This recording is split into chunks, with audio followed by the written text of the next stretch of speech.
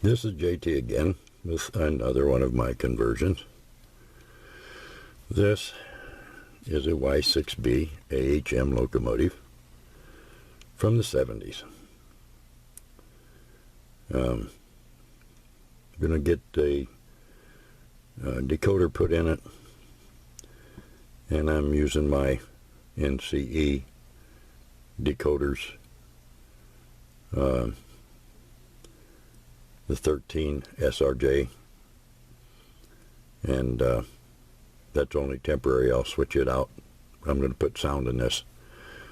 This used to be my dad's, so it's important to me to get it going, and I've pretty well figured it out. It was a little confusing at first, but I finally got the thing figured out. So what I'm showing you here is there is a screw, for those of you who haven't torn yours apart, right in that little rectangular spot there, and it is covered. See if I can get that to focus with that little piece right there. And some of you may have it missing. I did for a while, but I did find it. That covers up the screw. You take that off and that screw loose, and then on the bottom is another screw, and that screw is where'd it go? Right there. See if I can get a shot of that. Well, of course not.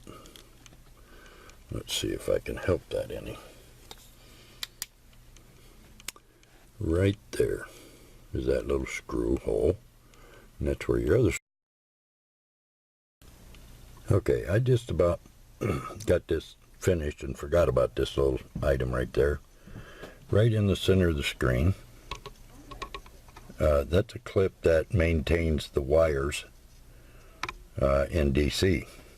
Now, I flipped that little piece flat, and I soldered the ground wire to that. And my decoder covered it up, of course. But the light wire, you got to determine which one it is, because they're both black, coming out of here, and I've got them joined there along with the red wire to the decoder. The ground is through the weight of the engine, and so I grounded the decoder to that with the black wire. So the black wire from the decoder goes to the weight, which is connected to the chassis and the wheels. The red wire goes to the wire here, this black wire, and that completes that connection to the rail. The rest of the wires, I've got them rolled up and out of the way. I have my motor wired this way. Now there is a little metal clip that went right here, and it was connected to this brush. I disconnected that when I soldered and found out that it grounded the motor to the weight.